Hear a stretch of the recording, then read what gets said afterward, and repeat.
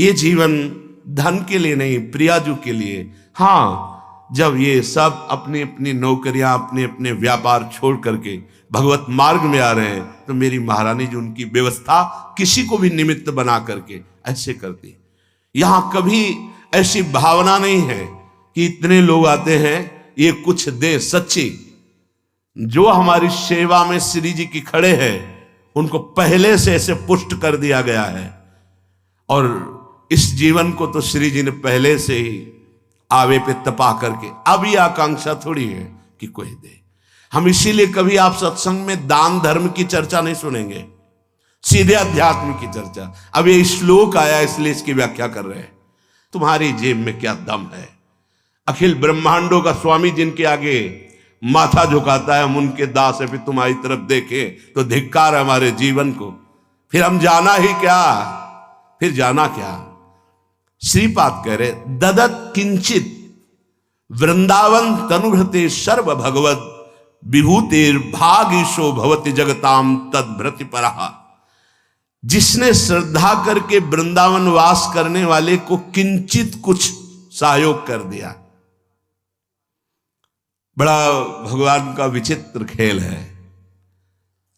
जब उनको जैसी व्यवस्था करनी होती, देखा है, अन मांगे आगे आवेगो जीव पल लागे पल को। विश्वास कर ले सब। आप क्या समझते, वृंदावन वास कठिन मोरे माई, चिल्ला चिल्ला के रोना पड़ा कि नहीं मेरा कोई नहीं, अगर आप नहीं रखेंगे तो मैं नहीं रह पाऊंगा वृंदावन। फिर जब नजर हुई उनकी तो आप देख ही रहे हैं। ये हम इसलिए बता रहे हैं कि वृंदावन वासी की अगर इतनी भी सेवा हो गई तो कह रहे हैं कि भगवान की समस्त विभूतियां उसको वर्ण कर लेंगी। और पक्का देखा है हमने। ददत किंचित वृंदावन, किंचन मात्र तनुभृते, जिसने अपना जीवन वृंदावन को दे दिया। ऐसे उपासकों की किंचन मात्र सेवा बन जाए तो भगवान की समस्त विभूतियां उसका वर्ण कर लेती। क्या वर्ण कर लेती? वो भगवत प्राप्त हो जाता है। बहुत बहुत दुर्लभ बात, भगवत प्राप्त हो जाता है। ये भगवत प्राप्ति क्यों हुई बिना साधना के उसको? क्योंकि जो साधन कर रहे हैं वृंदावन में प्रिया प्रीतम की प्राप्ति के लिए, तो मोरे मन प्रभु अस विश्वासा राम ते अधिक राम कर दासा। जैसे मां को प्रसन्न करना हो तो बेटे को दुलार करने लगो। कोई मां है अपने बच्चे को ले उसको टॉफी दुलार, तो उसकी करुणा वात्सल्यमयी वृत्ति तत्काल, नहीं भाई साहब आप क्यों ऐसा कर रहे हैं, नहीं बहुत प्यारा बच्चा, वो आपकी तरफ करुणा दृष्टि से देखेगी। भगवान के लाडले हैं साधक जन, इनकी छोटी मोटी वृत्तियों को मत देखना। जिन्होंने अपना जीवन समर्पित कर दिया है, मेरे प्रभु उनको ऐसे देखते हैं जैसे किसी का इकलौता प्यारा लाडला अधिकारी संपूर्ण वैभव का, ऐसे अपने भक्तों को देखते हैं। जो अपराध भक्त कर करे राम रोष पावक सो जरे। बिल्कुल सत्य मानना, अगर उनके लाडिलों को जरा भी आपने दुलार कर दिया तो हरि की सीधे करुणा दृष्टि होती है, जो बड़ी बड़ी साधनाओं से दृष्टि नहीं प्राप्त की जा सकती, वो भगवत प्रेमी महात्माओं की सेवा से दृष्टि प्राप्त होती। गजेंद्र भगवान का भक्त है, उसका उद्धार बाद में हुआ, पहले ग्राह परम पद को पहुंचा, क्योंकि भले वैर भाव से सही उसने चरण पकड़ा था भक्तराज गजेंद्र का। तो पहले सुदर्शन पार्षद ने उनका स्पर्श करके ग्राह को पहले परम पद भेजा, फिर बाद में बचाया गजराज को। जो भक्त का चरण आश्रय लिए हुए भगवान की करुणा दृष्टि सबसे पहले उसमें जाती। इसीलिए हर वैष्णव संप्रदाय में दास दासोहम की महिमा है। जो भगवान के भक्तों के चरणों की दासता स्वीकार कर ली, वो कैसा भी हो भगवान उसे परम पद देते। अपने भक्तों से भी ज्यादा प्यार अपने भक्तों की भक्ति करने वाले से प्रभु करते। इसीलिए यहां कहा ददत किंचित वृंदावन तनुभृते, जो वृंदावन को अपना शरीर दे चुके हैं, अर्थात अखंड वृंदावनवासी प्रिया प्रीतम के उपासी, ददत किंचित थोड़ा भी, ददत किंचित वृंदावन तनुभृते, अगर थोड़ी भी सेवा की भावना की तो स्वयं भगवान के मार्ग के पथिक बन गए। आप सरिस चाहे सबकी ना, ये इतना कृपालु वृंदावन है।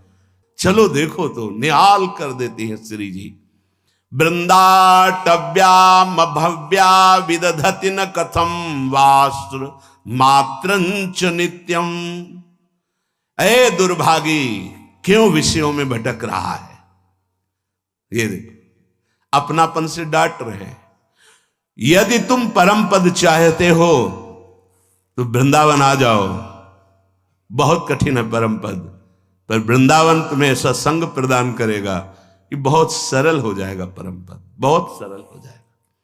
दुर्भागी व्यक्ति विषयों में फंसता है। अगर तुम्हें ऐसा लग रहा है कि मैं परम पद के योग्य नहीं हूं तो बोले श्रीधाम वृंदावन आ जाओ, पक्का। आपको स्वाभाविक धाम की कृपा पर कभी संशय नहीं होना चाहिए। एक महाभागवत के द्वारा सुनाई हुई कथा करे कि एक बहुत बड़े ज्योतिषाचार्य जी अपने मित्र के साथ वृंदावन आए। तो उन्होंने कहा, विनोद में उनके मित्र ने कि तुम ज्योतिष का कोई चमत्कार दिखाओ। ज्योतिष शास्त्र सत्य है पर उसका सम्यक ज्ञान होना चाहिए। आप आए हो, बस इसी आने के समय से लेकर ज्योतिष विचारी जा सकती है, और कुछ पूछने की जरूरत नहीं। तो उन्होंने एक व्यक्ति को देखा, बोले देखो ये व्यक्ति वृंदावन आया है, इसका कल 12 बजे शरीर छूटेगा और ये प्रेत योनि को प्राप्त होगा। ये महत अपराधी है, पता नहीं कृपा हो गई धाम आ गया। बोले अब हम तो रुकेंगे, इसके पीछे पीछे चलेंगे, जहां रुकेगा कल 12 बजे तक हम देखेंगे तुम्हारी ज्योतिष झूठी है सत्य। ठीक 12 बजे परिक्रमा मार्ग में आया वो व्यक्ति। एक सांड ऐसे रज से क्रीड़ा करके तो उसकी सींगों में रज आदि लगे। उसको एकदम काल का आवेश आया, उस व्यक्ति के पेट में अपने सींग ऐसे घोंप दिए, तत्काल मर गया। जीव मरा तो पवित्र तपस्वी ज्योतिषाचार्य जी ने देखा, कहा देखो तुम 12 बजे वाले सीन केवल देख रहे हो कि मेरी ज्योतिष सत्य, मैं जो देख रहा हूं वो आश्चर्यचकित है। इसे प्रेत योनि प्राप्त होनी थी इसके कर्मानुसार, लेकिन ये तो दिव्य तेजोमय होकर अंतर्ध्यान हो गया, ऐसा कैसे हो सकता है? तब उन्होंने वृंदावन के किसी महारसिक जन के समीप गए और उन्होंने बताया कि मुझे ज्योतिष के प्रभाव से तीनों कालों का ज्ञान है और मैं अपने जितेंद्रिय और संयमता पूर्वक तप पूर्वक रहता हूं। मैंने ये दृश्य देखा। तो उन्होंने कहा जो तुमने देखा उसके आगे की बात मैं बता देता हूं। उस सांड के सींग पर वृंदावन की रज थी। रज जे ही उदर में गई और उसके प्राण निकले तो प्रियाजू के पास सीधे वो पहुंच गया। जे रेणु पर मरिबो मंगल आए। कह रहे यदि परम पद की आकांक्षा है तो तुम वृंदावन धाम का आश्रय ले लो, बड़ी अद्भुत महिमा है। तुम धाम के रज का सेवन करो, धाम वास कर लो, जितने दिन कर पाओगे उतना ही तुम्हारा परम मंगल